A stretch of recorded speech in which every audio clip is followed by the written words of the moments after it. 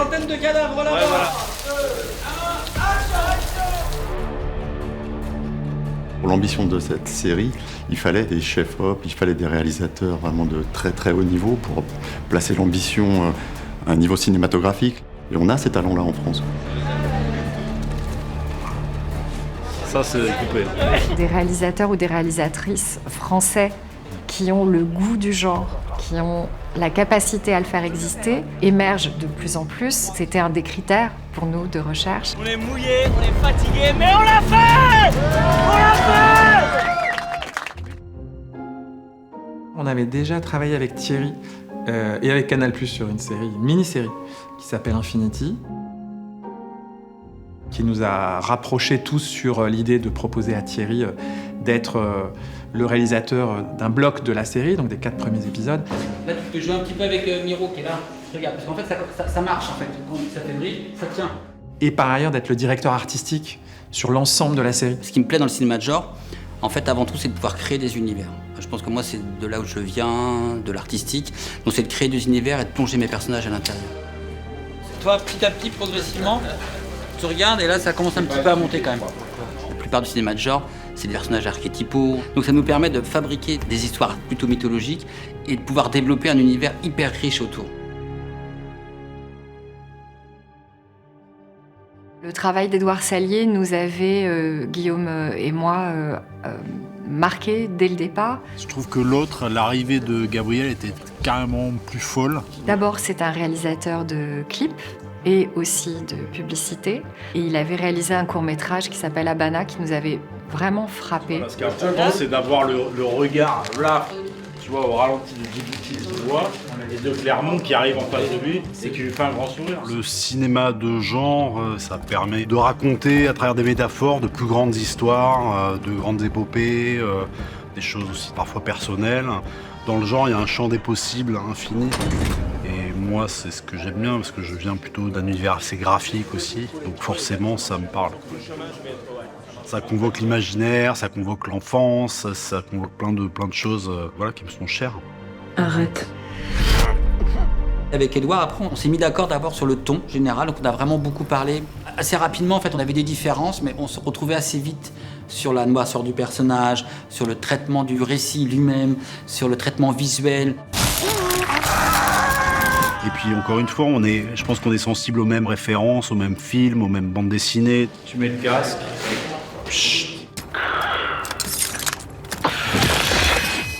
On a la même sensibilité sur les images, sur la lumière. Je m'appelle Mathias Boucard, je suis chef opérateur depuis 15-20 ans. On commence dans, je pense, 20 minutes jusqu'à Londres. Dans 20 minutes, on commence.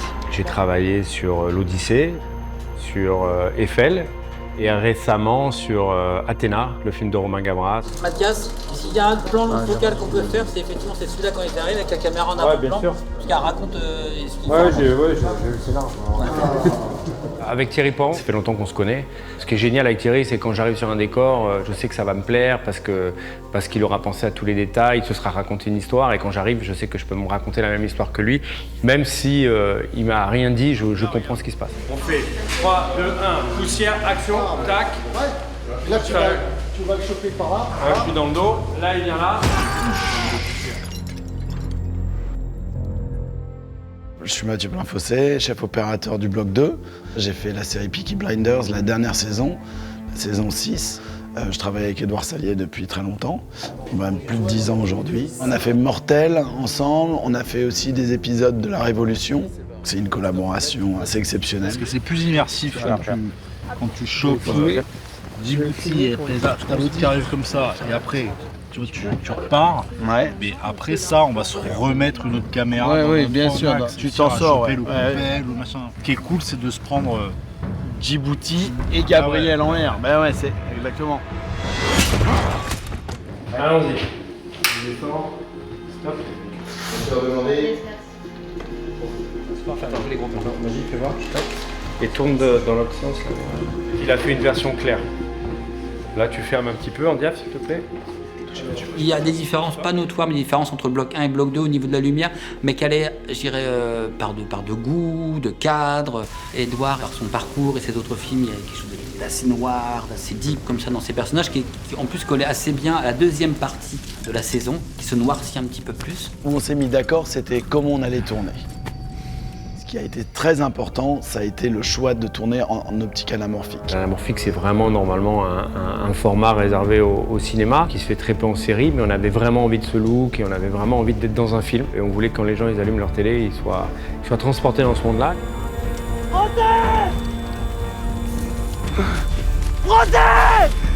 C'est utiliser la largeur, c'est casser les profondeurs de champ et jouer sur un certain type de flair, un certain type de flou qui est souvent utilisé dans les westerns.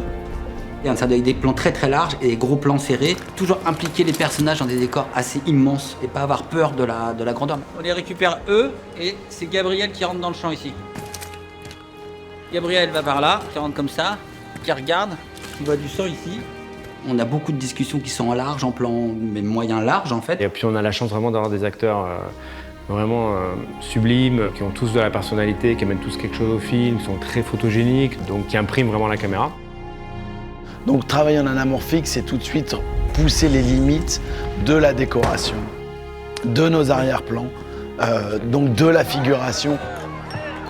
L'idée, c'était d'avoir une dramaturgie dans l'image, mais de ne pas être que dans le drame, de trouver de la générosité pour quand même que l'image soit ronde, qu'elle soit intéressante, qu'elle soit généreuse, un peu comme font les Américains, par exemple dans des films d'action. Action!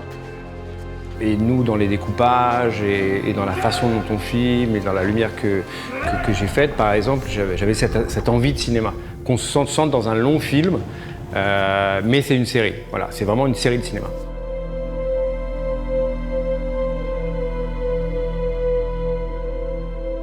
On est parti vraiment sur une façon de filmer assez, je dirais classique, avec beaucoup de machinerie. Ce qu'on peut améliorer si on le refait avec la grue, c'est on décale la grue à gauche. Le fait d'avoir mis cette caméra sur bras et sur Taurus, cette espèce de gros buggy qui va dans la boue, qui avance partout, ça nous permettait effectivement de nous déplacer assez rapidement, notamment sur le combat final. Allez-y! J'ai essayé de pas trop bouger ou de suivre les personnages pour essayer de crédibiliser cet univers, pas essayer de le masquer avec des caméras à épaules, dire on va pas voir ce qui se passe. Alors Edouard, dans le deuxième bloc, s'en est servi un petit peu plus. Mais c'est vrai que nous, en plus, on est dans cette espèce de voyage. À partir du moment où les Sentinelles partaient en mission, on a voulu rentrer dans quelque chose de plus brut, de plus viscéral, pour être un peu plus proche d'eux, pour sentir qu'on était un peu plus en mission. Ah, sergent? Et ça, c'est un shift qui est assez important parce que ça a donné une espèce de corps à l'action.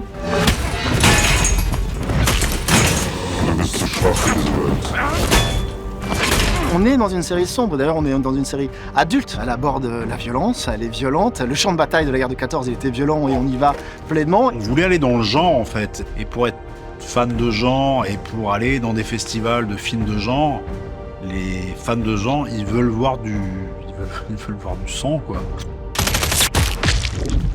Donc la guerre, oui, c'est un genre assez fascinant pour les cinéastes, je pense. C'est graphique, et puis c'est impressionnant.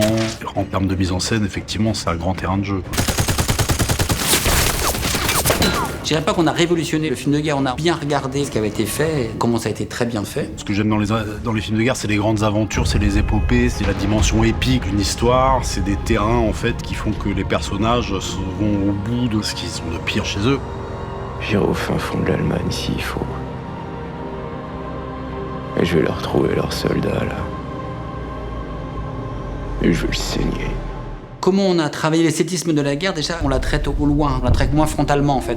On avait re-regardé les estampes japonaises, Kurosawa au début. Les champs de bataille, on pouvait pas montrer jusqu'au bout. Donc on se dit, on va travailler plutôt des silhouettes, un peu comme l'avait fait Coppola pour Dracula, même si on n'était pas dans du carton. Toute la sortie, elle était cool, elle était dynamique. Éclairer le No Man's Land, c'est un autre enjeu qui est très important. C'est-à-dire que si on doit se tenir à la lumière naturelle, la seule chose qui pourrait éclairer un No Man's Land de nuit, c'est la lune. Donc l'idée, c'est de reprendre cette base de lumière en se disant on va créer une lumière lunaire, donc avec un projecteur qui est mis sur une nacelle qui nous permet d'éclairer au plus large possible. Et là, après, il y a toute la scène de combat. C'est l'Ubermensch. Vous jetez un petit regard. Pouf, casque. Il y a énormément d'enjeux où il faut voir les visages, la violence du combat. Donc on a commencé à parler d'explosions, donc comme si des obus étaient lancés. Donc on va avoir des explosions qui vont créer du feu.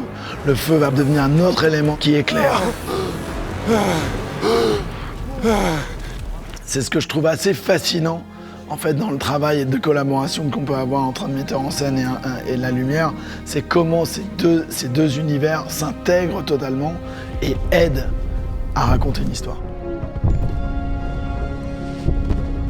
Je pense qu'il y a à peu près 700 plans truqués. Mais d'effets un peu lourds à proprement parler, pas tant que ça, quoi. Ça va des plans truqués qui sont uniquement, je dirais, des extensions de décors, trucage, matte painting, fumée. Il y a eu beaucoup d'effacements quand on a tourné par exemple dans Paris, de mobilier urbain qu'il a fallu effacer. Il y a eu des maths, il y a eu des rajouts, d'explosions de feu, des choses comme ça, quoi. Beaucoup d'effets aussi par rapport aux Sentinelles. Gommage des câbles. Et puis travailler aussi sur les effets de pouvoir, des pouvoirs mentaux. Le son, l'étrangeté. Tu veux que je te force à me dire ce que tu penses au fond de toi? Tout le travail sonore est extrêmement important. Toujours pour créer cet univers, le rendre crédible.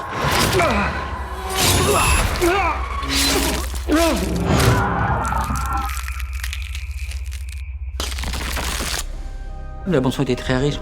La composition musicale était faite par Thomas Cousinier et Fred Couchemagnan. Il y a une bande-son par personnage. Je voudrais que j'arrête. Il y a une bande-son aussi par rapport aux Sentinelles, qui était très riche, qui demandait beaucoup de travail. Il y avait une musique évidemment un petit peu, je dirais, orchestrale. Donc on devait suivre cette musique orchestrale et classique, mélangée à du synthétique. Ce dont on avait envie, c'est quelque chose à la fois moderne et épique, et sans tomber dans le classique historique. Il fallait aussi faire appel à des compositions qui retranscrivent vraiment les émotions de nos personnages. Et il y a des vrais moments d'émotion dans leur musique, tout comme il y a des vrais moments épiques de bataille, de combat. Allez, tous! On va assumer le fait de pouvoir mettre du rock. Le Baron, pour moi, il y avait un côté très punk. Voilà, chez le Baron, c'était le punk de l'époque, c'était les mecs qui buvaient, qui faisaient la fête, qui étaient libres. Donc on a pris le parti pris de faire comme ça des musiques assez pop.